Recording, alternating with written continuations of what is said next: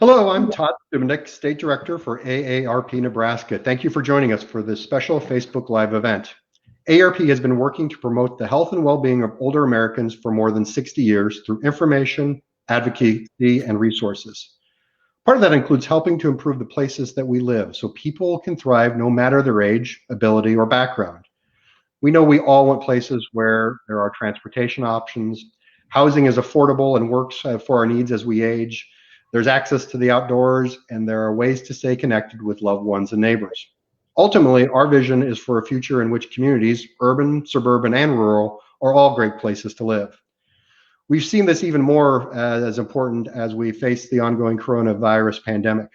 AARP is doing this work nationwide, including right here in Nebraska. Today, I'm pleased to share some exciting news as 3 Nebraska organizations are receiving grants for the AARP Community Challenge Program, our Livable Communities Grant Program. These are a part of a total of $2.4 million being awarded among 184 grantees across the state. Today, we are joined by one of the Nebraska grantees who's going to share more about their project. Kurk Weidel joins us today from Hebron, Nebraska. Kurk, welcome and thanks for being here. Thank you, Todd. You know, it's interesting to listen to what you say about what AARP wants to do. The health and well-being of our community is so important, and we've been so blessed to be partnered with you guys. I appreciate it. Thanks. And again, thanks for joining us today.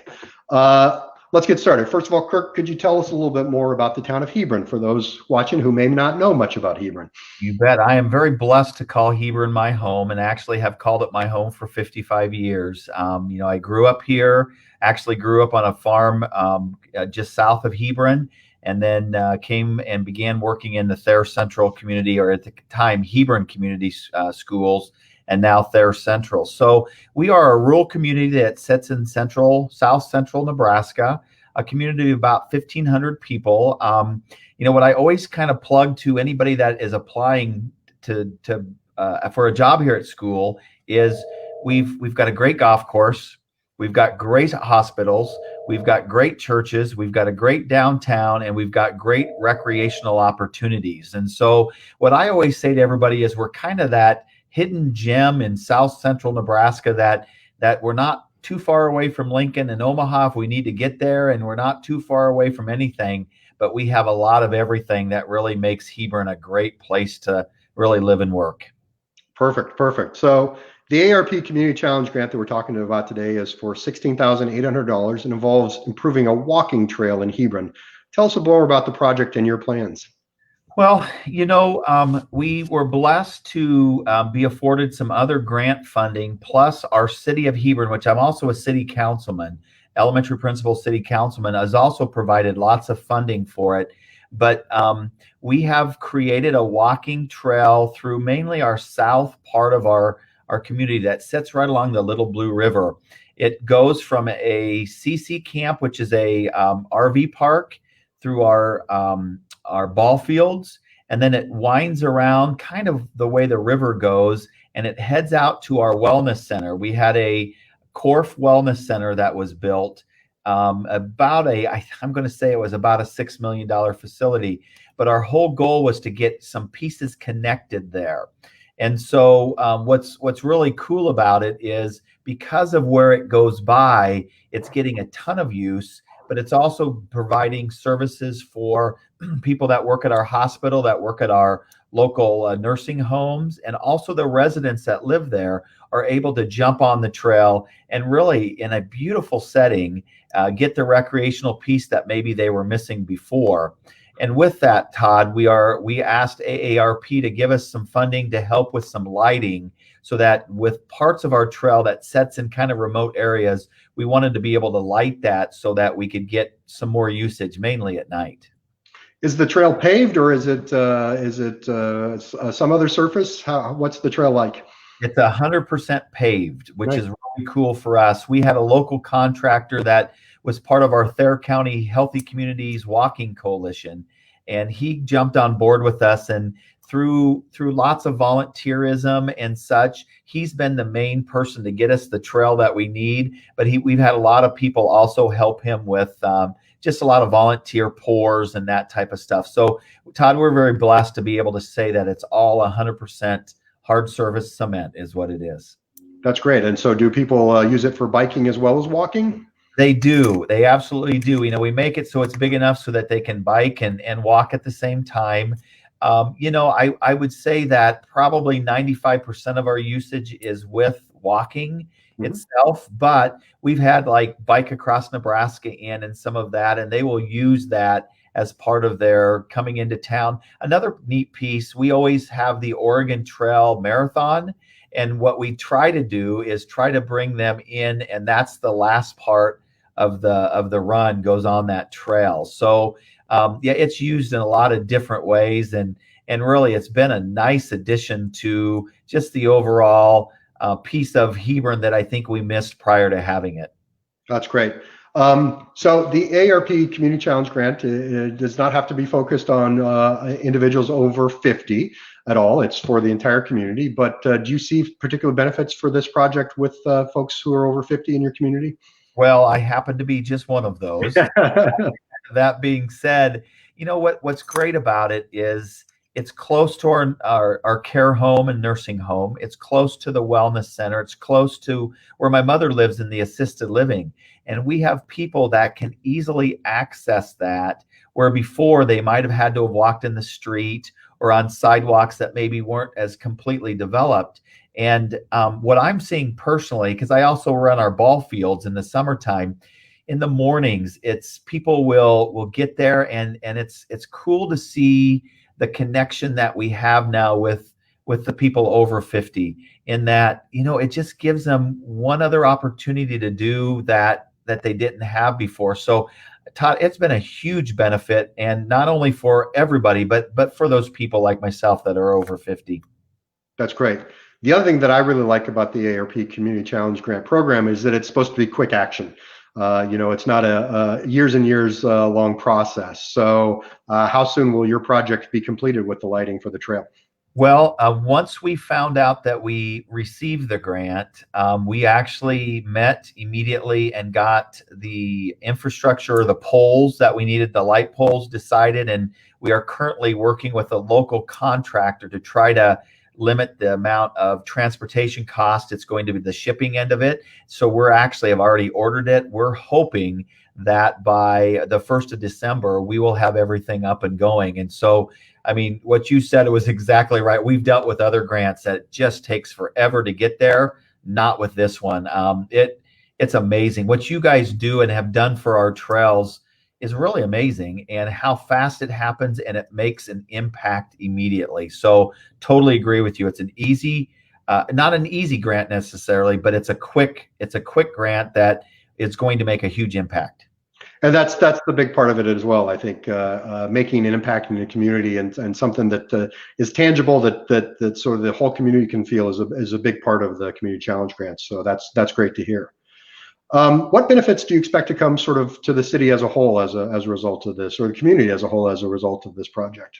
In general, these days, you tend to do all of your activity during light, during the time that it's light outside.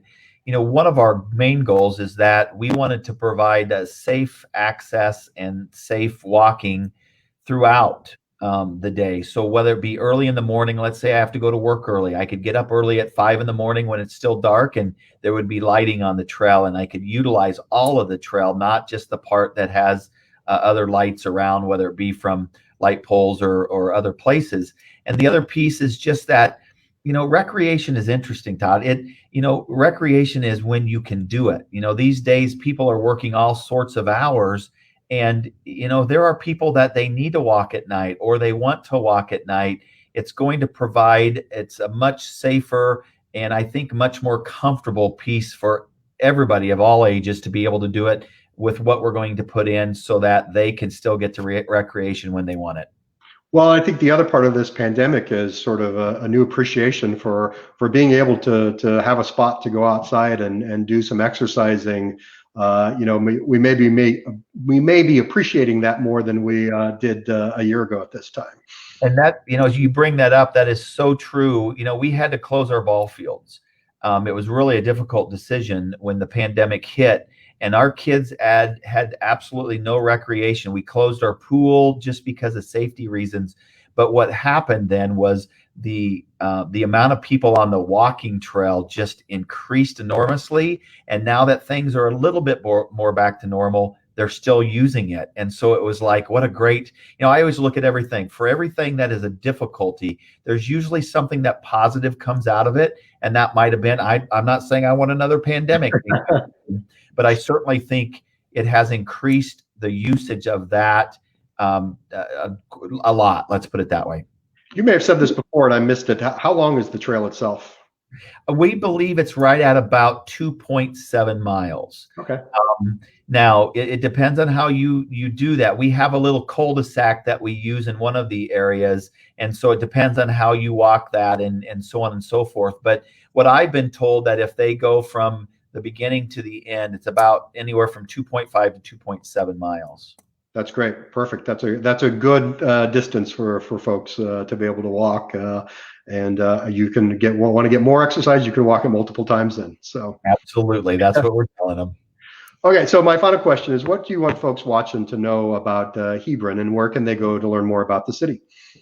It's crazy. I should know what our website is, but I just access it on my computer and it's done. But we do have a website that is managed by the city of Hebron that really gives a lot of people lots of information. First of all, we are the porch swing capital of Nebraska, if not the United States. We used to have the world's largest porch swing, but somebody beat us a little bit, but now we covered it. So we are the world's largest covered porch swing. It sets in our Roosevelt Park downtown.